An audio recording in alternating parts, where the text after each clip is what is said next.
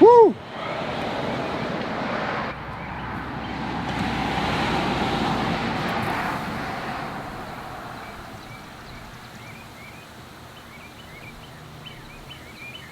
Hey there, it's Pete with GCI Turf. Hope you're having a great day today. And I'm done. When we started this project, it was a nightmare to say the least. It was really bad shape. We had to bring in a lot of dirt, a lot of grade work, killed off common Bermuda, which actually down on the very far end, a little bit come back. I rounded up it yesterday. No surprise to me. I know it'll come back at some point. And we've installed irrigation, brought in compost, done a lot of work out here. I've got a really good stand of tall fescue at my home that we do videos on, and Kentucky bluegrass there as well. We've got our own line of custom blended grass seed, fescue and then fescue bluegrass mix, Kentucky bluegrass and Bermuda. That is why I have the different turf types in different areas. I like to show you that I'm a visual learner myself, a hands-on visual learner, and I like to teach that way as well. So I want to show you all the different grass seeds that we offer, that we have, so it'll help you make up your mind if that's for you or not. So today was the big day to throw down the GCI Turf Bermuda grass seed. I started the day off doing some super fine detailed grade work out by the road, making sure that transition from the road to the turf area was absolutely spot on. I ended up going over the whole area one more time with the force, going really slow to make sure that every little single low spot was filled in. This attachment is called a rear vibraflex, and basically it's a little tooth rake type thing that you drag behind the force, and all I'm doing is knocking out the little ridges that are left. I then firm the ground up by running over it with a cultipacker. Typically you would do this after you spread the grass seed, but in this case, since it's Bermuda, I want it packed down firm and then put the grass seed on top. Bermuda grass seed does much better when it's closer to the top of the ground. Even with all this nice equipment, I still ended up doing quite a bit of rake work.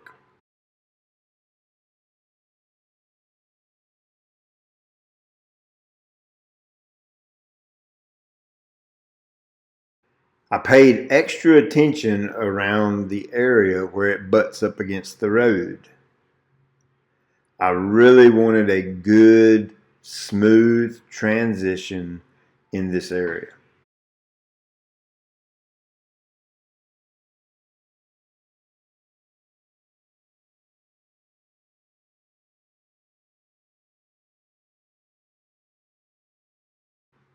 And I spent close to an hour to an hour and a half walking around, just picking up rocks.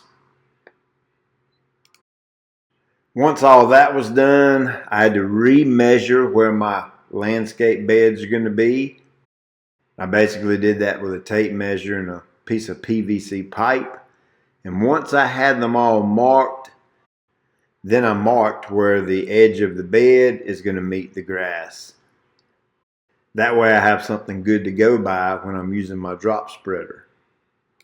This really has been a fun project, and I cannot wait to see the fruit of my labor.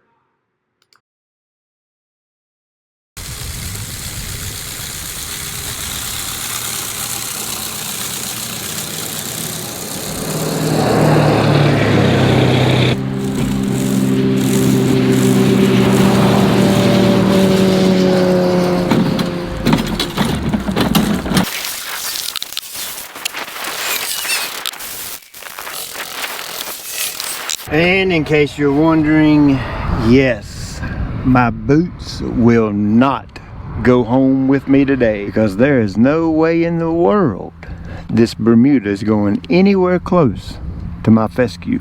You can forget it.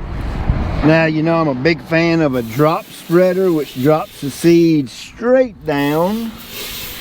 And I'm really a fan, and it's absolutely a must when you're doing bare ground, bare dirt, like a renovation.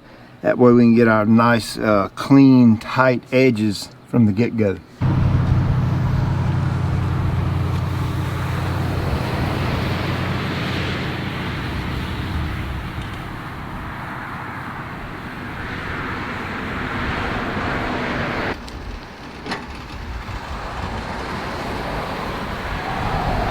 So I've got right at 7,000 square feet, Bermuda seed, bare dirt. You seed at 3 to 4 pounds per thousand. So that's 21 up to 28 pounds of grass seed. And I use a 25-pound bag, so I'm kind of right in the middle. Trick with that is, with this tiny seed, is I will back the spreader back down to a lower setting. And if I have to go over the yard 3 or 4 times, I'm not necessarily trying to put the seed out in one pass, okay? It's not important to me.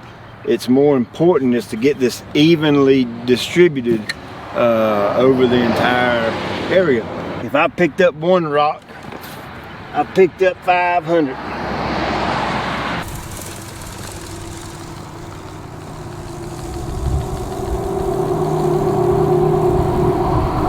Now one thing I did, I had them set in 16. I noticed it's coming out a little bit fast, and I can kind of look at it and gauge that it's coming out too quick. So I'm gonna back it down to about 12. Try that. When I get a good steady draw from the material in the hopper, then I'll keep spreading.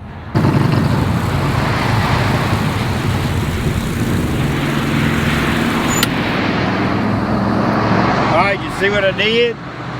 I've already went around this outside edge. I used my drop seeder a couple of passes, then I went around one pass with the spreader. So I've got a good wide area right here that's already done. So as I'm making my straight lines, I'll cut my spreader off when I get right here, okay? Now you see that last tire track right there? When I was going that way with my spreader, my seed is throwing back. My seed is throwing back to that previous tire track, okay? And that way I get a good even coverage. And every time I make my passes this way, I'm watching that seed go back to that previous tire track from the previous spread.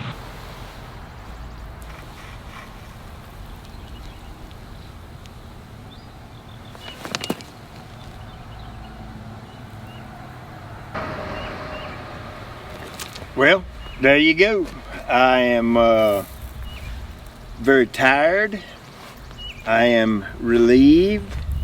I am thankful to God for giving me the energy, the strength, and the mind to do this kind of thing. I am very pleased. I think the job turned out exceptionally well. I am very anxious to see what happens. I've been getting reports back from folks that have bought the GCI Turf Bermudagrass seed that they're getting germination in 5 and 6 days. So today is Friday, so we'll see. You know, maybe next Wednesday, Thursday, Friday, maybe we'll have something up and running. I don't know.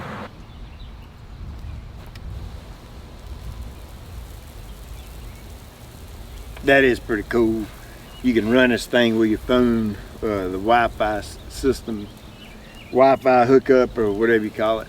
So I hope you have enjoyed this time. I know I have.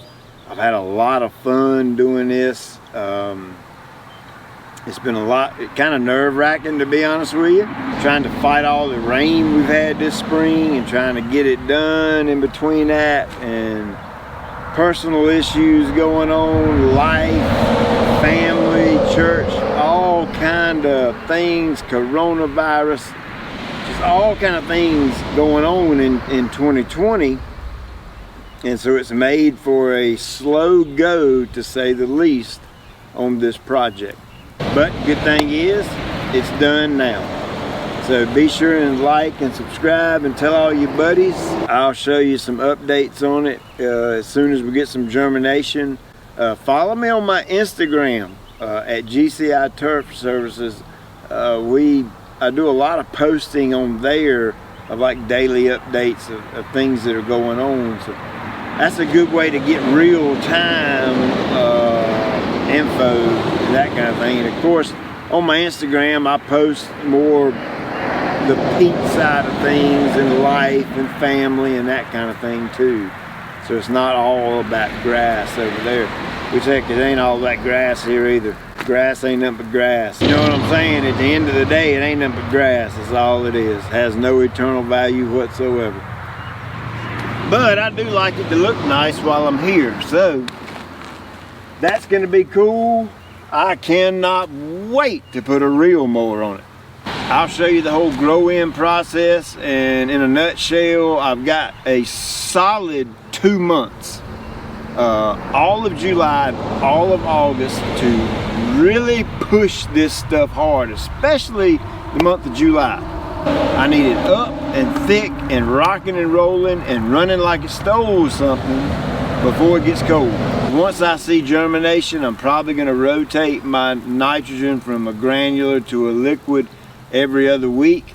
I'm probably going to go a ½ pound per week to get this grown in. If I don't see it growing fast enough like that, I'll go pound per week. Yes, I said it. 1 pound of nitrogen per week, every week, for the next 4 to 6 weeks to really push this stuff and get it rocking and rolling. I need it super thick, super dense, super rocking and rolling, because yes, I'm gonna overseed it with ryegrass this fall, year one. I know you're not supposed to do that, Pete, with grass seed Bermuda. I know. I'm gonna do it anyway, okay? And again, I'm about to die to mow it already. I'm gonna burn the road up. Thank you so much for watching. I'm tired, I'm ready to go home. And hey, I appreciate you watching, appreciate you taking your time out of your day, and I'll check you later. And I forgot to mention that watering is hands down the single most important part of a renovation. I mean, hands down, the most important part. If you're not going to water when you do a renovation, my personal opinion is don't do the renovation. Be a waste of money. So, anyway, you thought I was kidding, didn't you? There's my trash pile over there. Ain't no way they're going to my house. Check you later.